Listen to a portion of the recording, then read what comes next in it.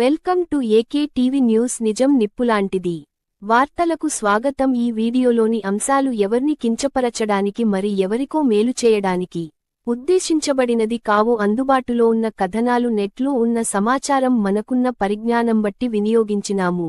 ఈ వీడియోలోని వ్యక్తులు అభిప్రాయాలు, ఆలోచనలు వారివి మాత్రమే. AK TV news YouTube channel వారికి ఎలాంటి సంబంధం లేదు కావున ఈ విషయాన్ని గమనించగలరు. వైఎస్సార్ కడప జిల్లా ప్రొద్దుటూరు నుండి ప్రతి చిన్న పెద్ద వార్తలను ఎప్పటికప్పుడు ప్రసారం చేస్తూ ప్రజలు నిజాలను నిర్భయంగా చెప్పే ధైర్యం మీకుంటే ప్రసారం చేసే సత్తా మాకుంది. మీకు న్యాయం జరిగేంతవరకు పోరాడుతాం. మీ ముందుకు ఏకే టీవీ న్యూస్ అందుబాటులో ఉంటుంది. 9985491955 ఫోన్ కాల్ చేస్తే. Welcome to AK TV news. Gopavaram ఉప సర్పంచ్ ఎన్నికకు రాష్ట్ర వ్యాప్తంగా జరిగే ఎన్నికల్లో భాగంగా గోపవరం ఉప సర్పంచ్ ఎన్నుకునే దానికోసం నోటిఫికేషన్ రావడం జరిగింది. నిన్న కోరం కాని కారణంగా ఈరోజుకు వాయిదా పడ్డది.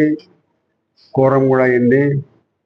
అయితే నీ యొక్క తప్పుడు, నీ యొక్క దుర్మార్గపు చర్యల వల్ల గతంలో మోసాన్ని సర్పంచ్గా చేసేటప్పుడు ఇద్దరికి ఉప సర్పంచ్ పదవులు ఇస్తానని చెప్పినావు. వీరం రాఘవేంద్రారెడ్డికి, 2 కొండయ్య కోడలకు రామాదేవికి ఇస్తామని చెప్పినావు. వాళ్ళిద్దరితోనే ఎన్నికల ఖర్చు పెట్టించినావు. కొండయ్యతోనూ ఈ వీరం రాఘవేంద్రరెడ్డితోనూ ఎన్నికల ఖర్చు పెట్టించాం. ఎన్నికల ఖర్చు పెట్టించి చెరుసగం ఇస్తాననే దాని మీద చెరుసగము డబ్బులు పెట్టి ఆ ఎన్నికల్లో, పంచాయతీ ఎన్నికల్లో అయిపోయిన తర్వాత ఉప సర్పంచ్ పదవిని ఇచ్చే దాంట్లో పంచాయతీ జరిగింది. పంచాయతీ జరగడంలో భాగంగా 30 లక్షల రూపాయలు మళ్ళా రాఘవేంద్రరెడ్డి అదనంగా తీసుకొని మొదటి దఫా అతన్నే ఉప సర్పంచ్గా ప్రకటించడం జరిగింది. ఏకపక్షంగా వీళ్ళందరితో ఎంతో సంబంధం లేకుండా ఆ ఉప సర్పంచ్ పదవి కూడా ఇద్దరిలో ఎవరినో ఒకరిని చేస్తానని ఎన్నికల్లో చెప్పిన వాగ్దానం మర్చిపోయి మళ్ళా 30 లక్షల రూపాయలు రాఘవేంద్ర రెడ్డి ఇచ్చినాడు కాబట్టి అతన్ని చేయడం జరిగింది. సరే, ఓకే, తీసుకున్నారు, అయిపోయింది. మళ్ళా ఎన్నికలు అయిపోయిన తర్వాత 2.5 సంవత్సరం అయిన తర్వాత రాఘవేంద్ర రెడ్డితో రాజీనామా చేయించి వీరం రాఘవేంద్ర రెడ్డితో ఈయనకి ఇవ్వాల్సిన బాధ్యత తన మీద ఉంది. ఇంతలోనే అసెంబ్లీ ఎన్నికలు రావడము, అదేదో పోస్ట్ పోన్ అయితే రావడం జరిగింది. ఇప్పుడు ఎన్నికలు మళ్ళీ ఉప సర్పంచులు ఖాళీలు ఉన్నాయి, అన్ని పోస్టులకు ఎన్నికలు వచ్చినాయి కాబట్టి నిన్నటి దినము ఉప సర్పంచ్ ఎన్నికకు నోటిఫికేషన్ ఇచ్చినాడు.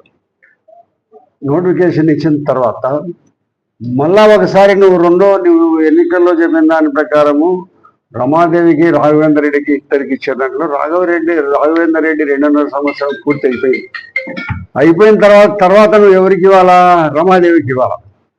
2.5 సంవత్సరము పూర్తి అయిపోయిన తర్వాత రాఘవరెడ్డి రాజీనామా చేసిన తర్వాత కూడా నిన్న వచ్చిన ఎన్నికల నోటిఫికేషన్లో మళ్ళా రాఘవేంద్ర రెడ్డితో డబ్బు తీసుకొని వీరం రాఘవేంద్ర రెడ్డికి ఇవ్వాలనే నీ యొక్క ఆలోచనను వీళ్ళు తెలుసుకొని 7 మంది వార్డు మెంబర్లు బయటకు వచ్చినారు. నీ పార్టీలోని 7 మంది వార్డు మెంబర్లు వైఎస్ఆర్సీపీ పార్టీ నుంచి తెలుగుదేశం పార్టీలోకి వచ్చినారు. నువ్వు మళ్ళా రాఘవేంద్ర రెడ్డికి ముందు ఇచ్చి మళ్ళా తర్వాత రెండోసారి కూడా అతనికే డబ్బులు తీసుకొని ఇచ్చే కారణంగా వీళ్ళు తిరుగుబాటు చేసినాం. నిన్నటి దినమేమో కోరం లేకపోయినా కూడా ఎన్నికలను ఈ రోజుకు వాయిదా వేసిన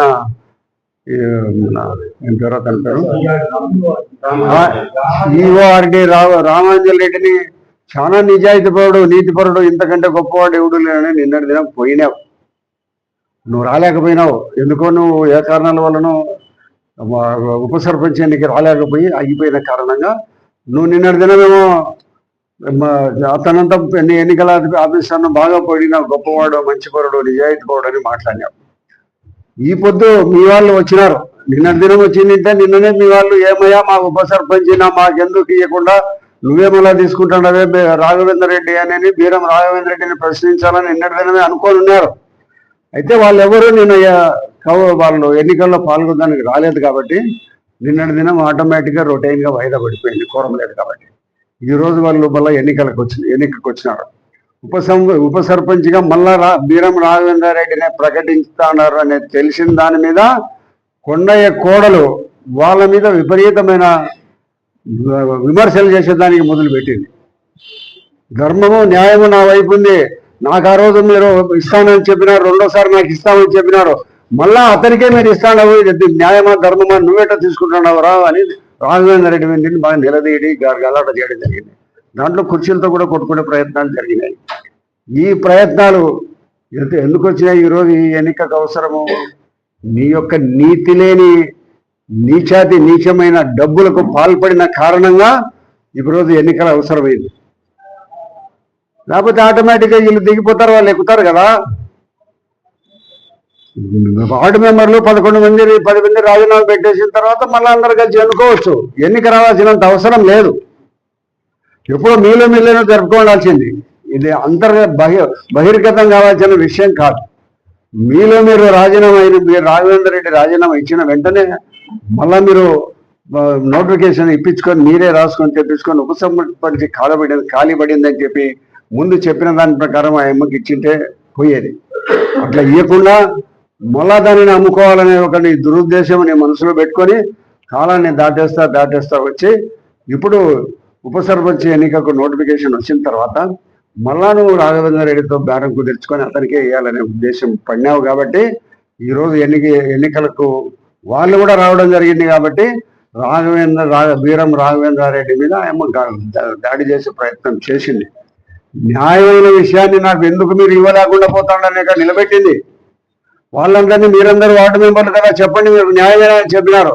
ఎవ్వరూ నోరెత్తపోతే ఆదాయమ్మ కాబట్టి నాకు రావాల్సిన ఉప సర్పంచ్ పదిని వేరే వాడు తీసుకొని పోతాడే ఆయమ్మ ఉద్రేకంగా మాట్లాడి ఆడవాళ్ళందరూ కలిసి నువ్వు ఏదో ఆడవాళ్ళకు మేము ఇది చేస్తాం, నీ ప్రభుత్వం చేస్తుంది, ఈ వైఎస్ఆర్ పార్టీకి ఆడవారికి ఇది చేస్తాను, నువ్వు ఇది చేస్తానని నువ్వు ఒక ఉప సర్పంచ్ పదిని మాకు ఆడవారికి ఇచ్చేదానికి నీకు ఇంత మళ్ళా అమ్ముకుంటాడని ఒక ఉద్దేశంతో వాళ్ళందరూ గొడవ చేయడం జరిగింది.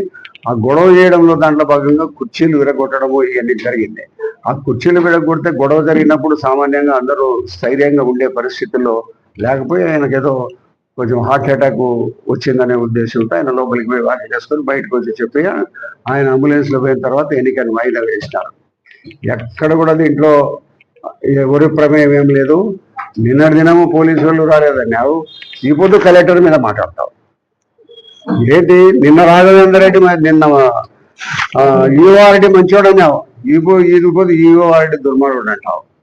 నిన్నది అదే నెలకే, ఈరోజు అదే నెలకే. నీకు ఇష్టం వచ్చేట నెలకని తిప్పుకొని మాట్లాడుకొని కలెక్టర్ని మాట్లాడే హక్కు అర్హత నీకు 1% కూడా లేదు. ఓకే, చెప్పుకోలే ఏమన్నా